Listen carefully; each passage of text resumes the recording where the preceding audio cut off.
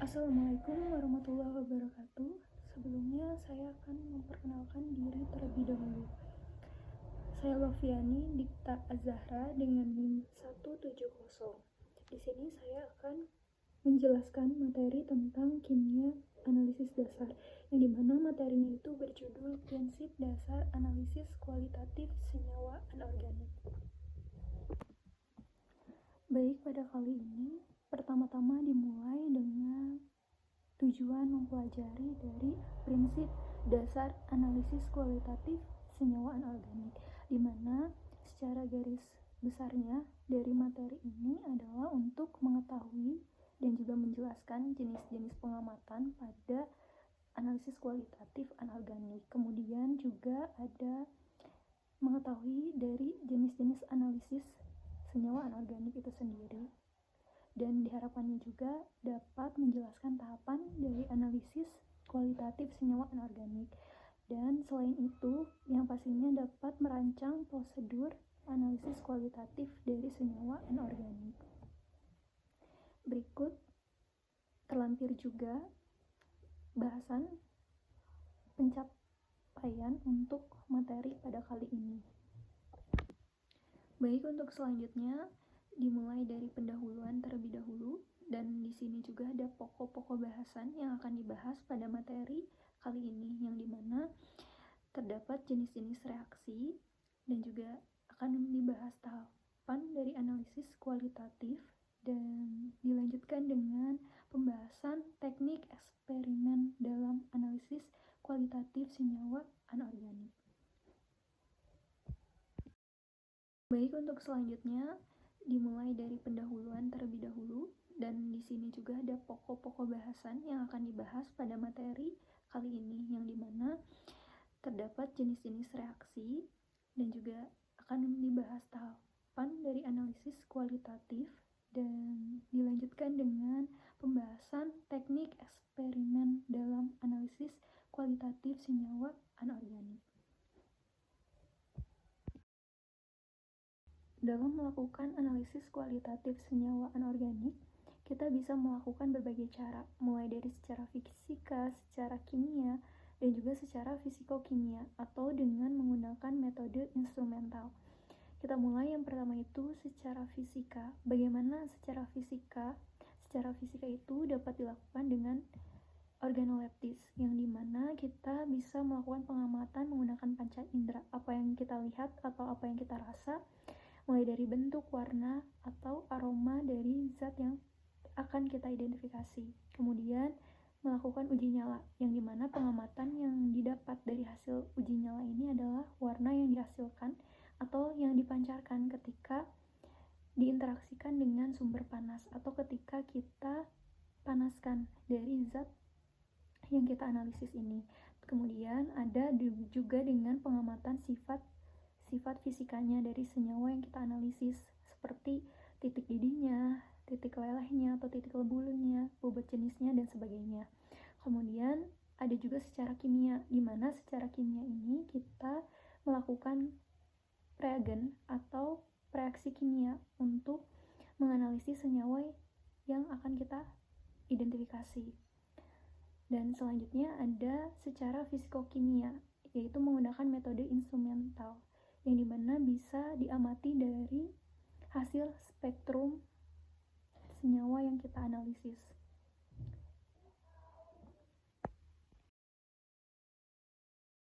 Kualitatif senyawa anorganik, kita bisa melakukan dua reaksi, mulai dari reaksi kering dan juga reaksi basah. Untuk reaksi kering ini kita menggunakan sampel yang berbentuk padatan, di mana kita bisa melakukan pemanasan, kita bisa juga melakukan uji pipa tiup, uji nyala, uji manik borak, uji manik fosfat, kemudian bisa melakukan uji manik natrium karbonat. Nah, untuk reaksi basah ini kita menggunakan sampelnya itu larutan, atau kita melarutkan terlebih dahulu sampel yang akan kita identifikasi.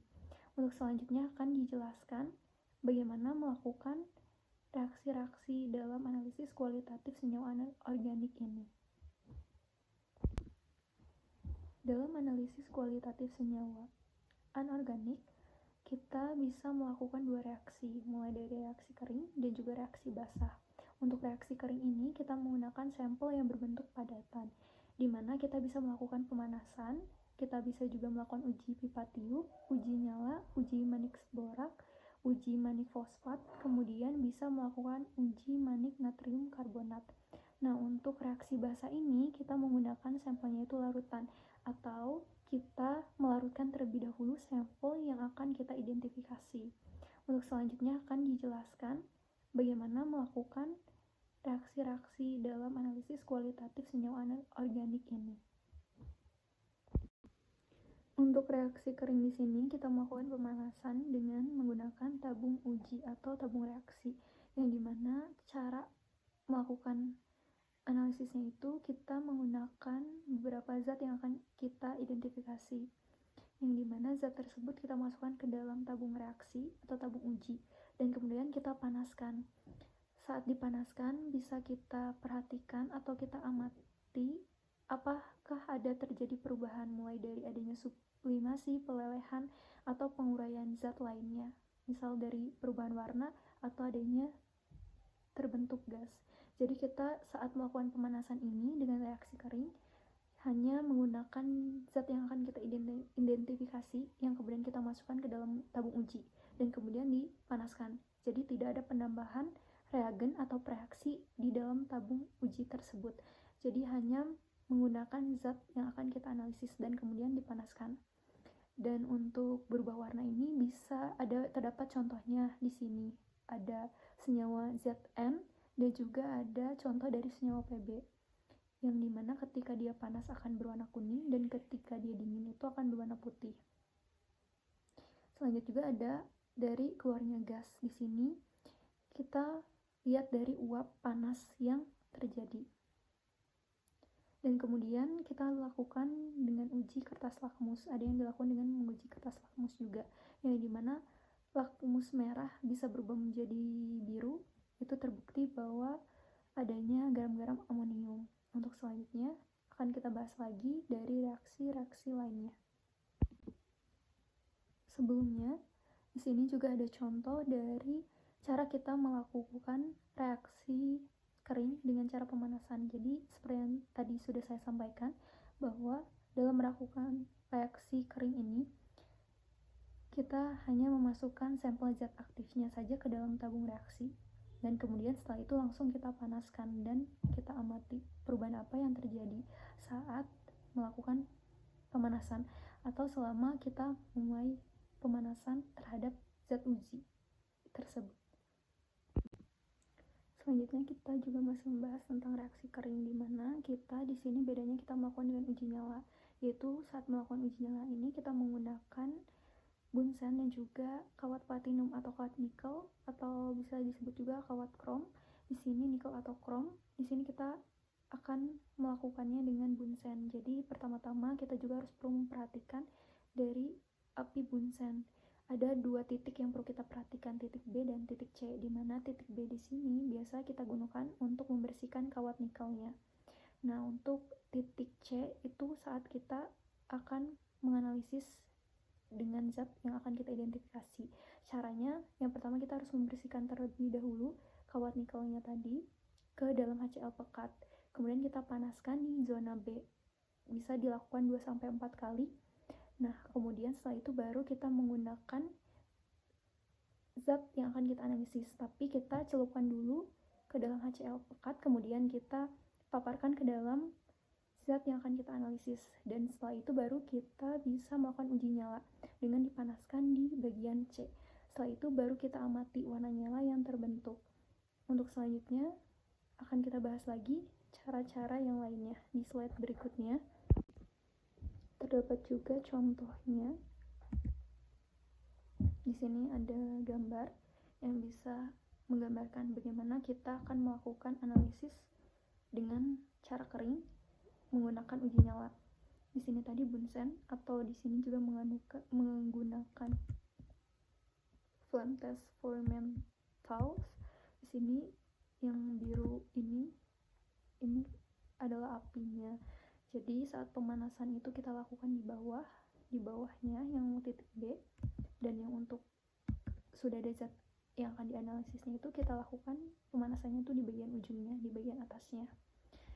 Begini untuk gambarannya saat kita melakukan uji analisis dengan uji nyala. Dan di sini juga ada warna-warna khas yang mungkin kita dapatkan saat melakukan analisis. Ada berbagai macam gitu untuk dari warna-warnanya. Itu sendiri tergantung dari zat yang akan kita identifikasi nantinya. Yang pastinya pasti akan berbeda-beda warnanya karena sesuai kandungan apa saja yang terdapat di zat kita. Contohnya seperti warna-warna putih di sini ini melambangkan warna nyala khas unsur dari zat yang kita identifikasi. Contohnya ada di sini, contohnya ada magnesium yang memancarkan warna putih, terus ada hijau juga, ada warna-warna pink, ungu, orange, bahkan warna kuning juga di sini terlampir juga dari warna-warnanya. Untuk selanjutnya kita masuk ke reaksi basah. Dalam melakukan reaksi basah ini kita melakukan reaksi pengendapan, di mana kita melakukan endapan. Perlu kita ketahui juga sesuai yang tadi sudah di awal disampaikan juga untuk dari reaksi, jenis reaksi dalam analisis kualitatif senyawa anorganik ini, reaksi basah itu kan dia menggunakan larutan, sampelnya itu larutan, atau bisa juga sampel kita yang memang sudah kita larutkan terlebih dahulu. Jadi dalam reaksi pengendapan, sesuai namanya pengendapan, berarti kita memerlukan endapan dari zat yang akan kita analisis. Jadi endapannya itu bisa berbentuk kristalin ataupun koloid. Dan dalam endapan ini yang terbentuk nantinya kita pisahkan terlebih dahulu. Dengan cara bagaimana memisahkannya itu dengan cara penyaringan, atau bisa juga dilakukan dengan sentrifugasi untuk memisahkan endapan yang akan kita analisis dari sampel yang sudah berbentuk larutan atau yang kita larutkan tadi. Nah, untuk dalam analisis kualitatif reagen dengan membentuk endapan pun kita tidak boleh berlebihan, kecuali memang ada rujukan lain yang menyatakan khusus gitu, atau ada patokan khususnya. Jadi berlebihan zat pengendapan pun akan berdampak senyawa yang terbentuk kompleks, yang dimana menyebabkan melarutkannya senyawa ini sebagian. Jadi nantinya saat analisis tidak bisa dilarutkan dengan sempurna. Maka dari itu tidak boleh melakukan berlebihan zat pengendap dalam melakukan endapan yang didapat nantinya, karena nanti dia akan terbentuk senyawa yang kompleks sehingga akan sulit untuk melarutkannya. Di sini ada juga terlampir gambar dari contoh reaksi basah dengan reaksi pengendapan. Agar lebih tergambar endapannya itu terbentuk seperti apa, berikut ada gambar dari reaksi endapan dengan reaksi basah ini. Terdapat 3 tabung uji di sini dan terdapat endapannya di masing-masing tabung ujinya. Tentu akan berbeda-beda untuk hasil endapan yang didapatkan. Selanjutnya itu ada reaksi basah juga, tapi di sini kita bisa menggunakan reaksi pembentukan gas. Berbeda dengan tadi, yang tadi itu kan kita menggunakan pengendapan. Nah, untuk ini masih sama dengan reaksi basah, tapi di sini dengan pembentukan gas. Yang dimana gas yang didapatkan pun bentuknya itu berbeda-beda. Jadi kita bisa mengamatinya itu dengan menggunakan panca indera, dan juga kita bisa melakukan dengan mereaksikan dengan reagen kimia, sehingga agar lebih kita mudah untuk mengamatinya. Nah, untuk menggunakan panca indera di sini kita mengamatinya dari bau yang dihasilkan. Contohnya di sini bisa dari zat yang mengandung gas amonia, tentunya akan ada bau khas dari amonia. Nah, kemudian untuk dari warna ini, pengamatan warna ini kita bisa mengamati ketika warnanya itu berubah menjadi merah kecoklatan, yang dimana diduga pembentukan gas dari NO2. Nah, berbeda dengan reaksi dengan menggunakan reagen kimia, untuk lebih mudah kita amati itu terbentuknya kabut amonium klorida. Nah, untuk reaksinya ini terlampir di mana ada kabut asap yang bisa kita duga sebagai amonium klorida.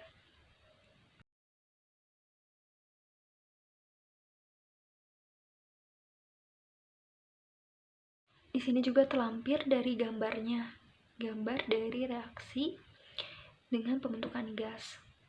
kurang lebihnya sama kayak sebelum-sebelumnya, tetap menggunakan tabung reaksi, dan juga di sini terdapat zat yang akan dianalisisnya. Namun di sini kita fokuskan ke pengamatan menggunakan panca indera atau menggunakan reaksi kimianya.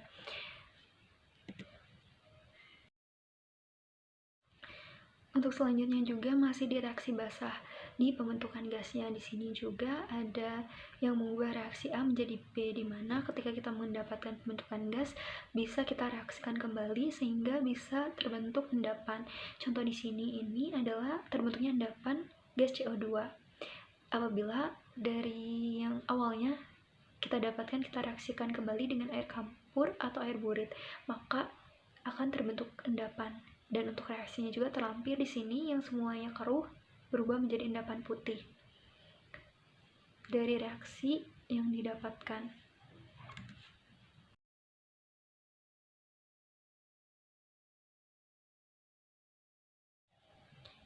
Untuk berikutnya di sini masih reaksi basah juga.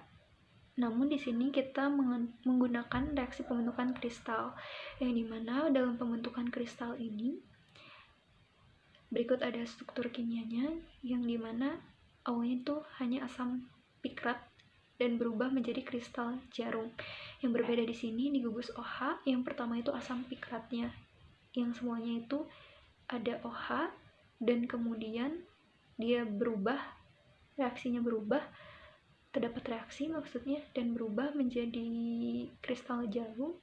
Itu ada struktur yang berubah di sini, di mana yang semula OH dari asam pikrat itu berubah menjadi OK, yang sehingga menghasilkan kristal jarum. Dan di sini disebut bahwa reaksi basah yang terjadi ini reaksi pembentukan kristal.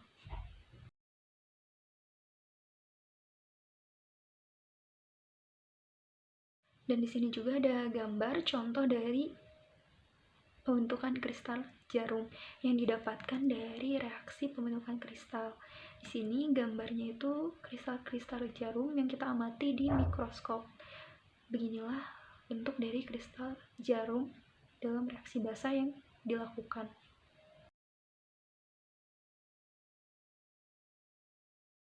Dalam analisis kualitatif, di sini kita bisa melakukan identity confirmation atau blank identification.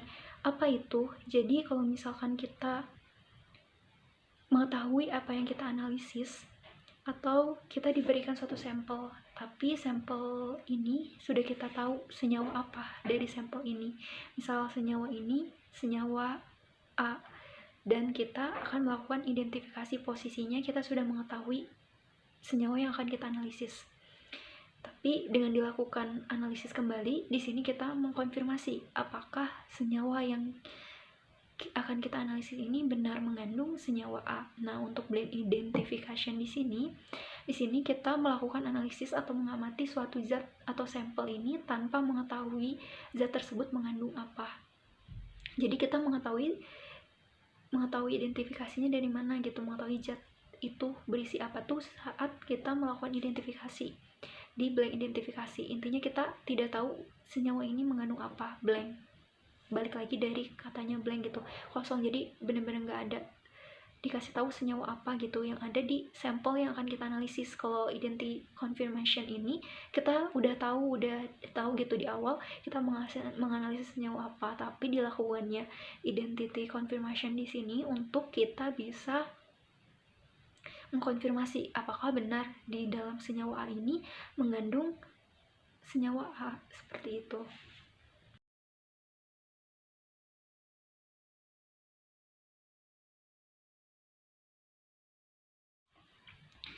Untuk tahapan analisis kualitatif senyawa anorganik, kita perlu mengetahui karakteristik dari spesifik senyawa yang akan kita analisis untuk bisa kita lakukan tahapan identifikasi.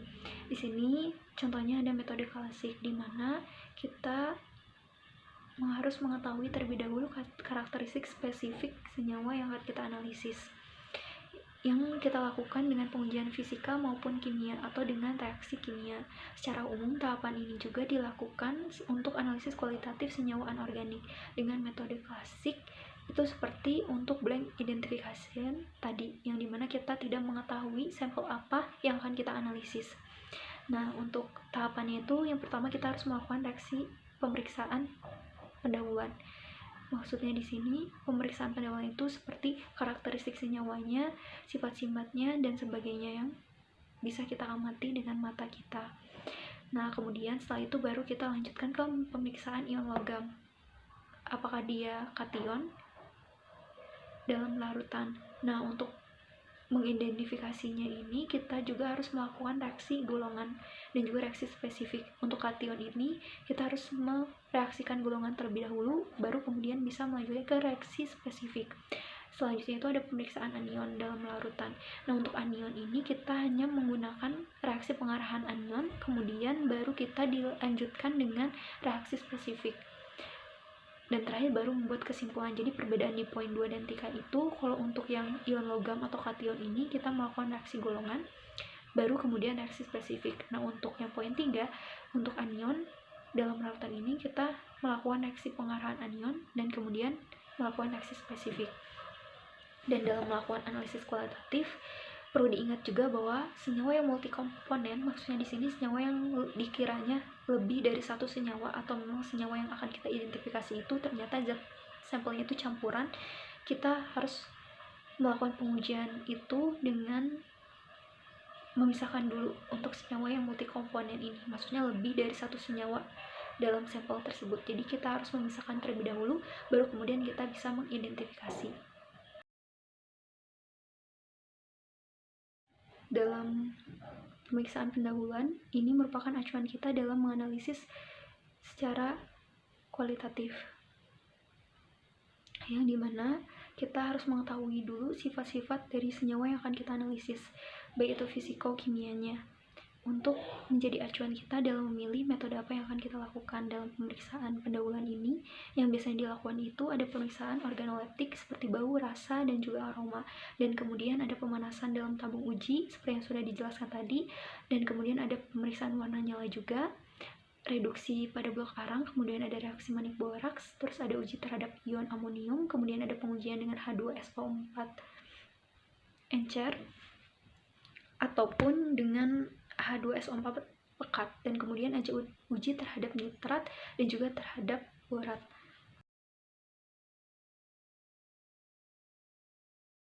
Untuk senyawa yang diduga ion logam kation dalam larutan, kita melakukan pemeriksaan ion logam kation ini dalam larutan dengan cara diawali mengkelompokkan terlebih dahulu. Intinya perlu kita ingat bahwa senyawa kation itu perlu kita golongkan terlebih dahulu, baru kita bisa melakukan uji spesifiknya untuk bisa menyimpulkan hasilnya itu seperti apa, atau hasil yang didapat itu senyawa apa. Dan yang pertama-tama kita melakukan pemeriksaan biasanya diawali dengan mengkelompokkan kation. Jadi kita harus menggolongkan dulu dia termasuk kation golongan apa dengan menggunakan H2S, kemudian baru dilanjutkan dengan reaksi spesifik kation yang dimaksud setelah kita dapat dari golongannya. Nah, untuk dalam anion dalam larutan ini sama gitu seperti kation. Jadi sebelum reaksi spesifik kita harus melakukan reaksinya dulu. Bedanya di sini anion ini kita mengelompokkannya sesuai gas yang dihasilkan oleh anion yang kita analisis dengan cara H2SO4 encer dan juga pekat. Kemudian nanti dilanjutkan dengan reaksi spesifik anion yang dimaksud. Setelah dapat dari mengelompokkan gasnya dengan H2SO4 encer dan pekat, baru kita bisa masuk lanjut ke reaksi spesifik dari anionnya.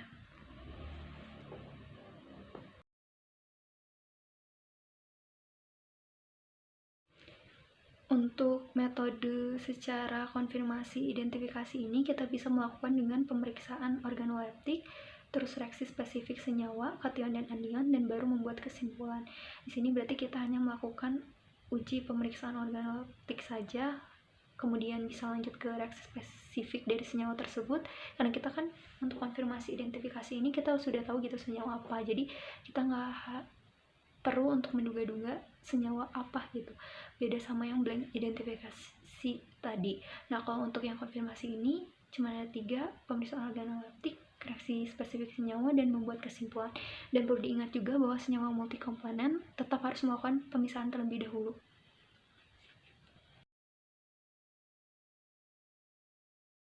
Berikut adalah contoh dari literatur, dari reaksi-reaksi yang didapat atau prosedur reaksi yang sudah tercantum di literatur. Dan di sini juga sama, ada contoh juga dari literatur di farmakope, baik itu untuk bahan tidak larut dalam senyawa organik, kalium, intinya sifat-sifat karakteristik, prosedur, bahkan identifikasinya yang tercantum di literatur farmakope. Seperti ini untuk contohnya.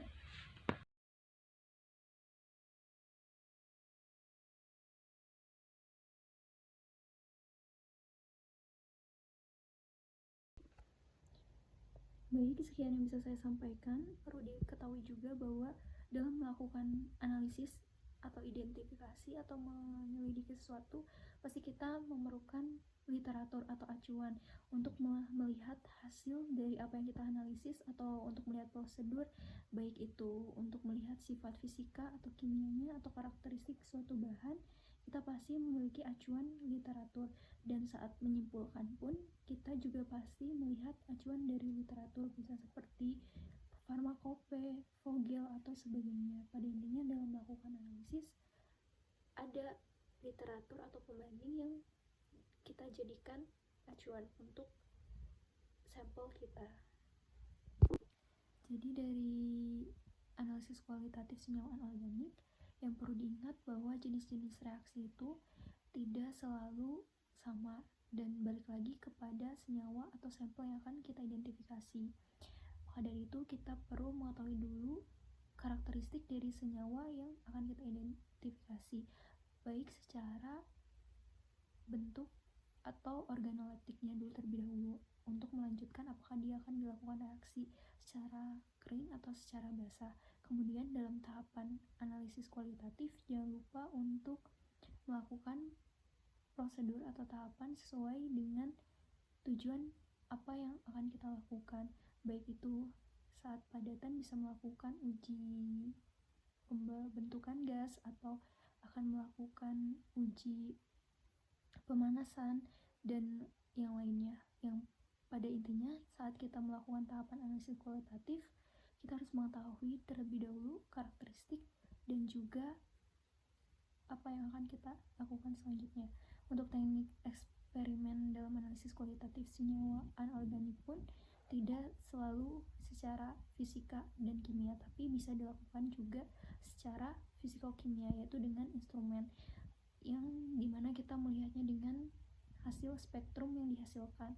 Namun secara umumnya yang lebih sederhana dan lebih umum digunakan itu dengan melakukan reaksi fisika, secara fisika dan juga secara kimia, dimana kimia ini menggunakan reaksi atau reagen-reagen yang ditambahkan untuk melihat reaksi-reaksi senyawa yang akan kita identifikasi. Baik, sebelumnya saya ucapkan terima kasih, dan sekian materi yang bisa saya sampaikan terkait analisis kualitatif senyawa anorganik. Sekian yang bisa saya sampaikan. Sebelumnya saya ucapkan terima kasih dan sampai jumpa kembali nanti. Saya Loviani Dikta Azhara dengan NIM 170. Apabila ada kekurangan atau masih banyak kekurangan, saya juga ucapkan mohon maaf. Dan juga semoga apa yang saya sampaikan di dalam video ini bisa memberikan informasi kepada yang lainnya yang ingin mengetahui tentang analisis kualitatif senyawa anorganik. Semoga apa yang saya sampaikan bisa dicerna dan dipahami.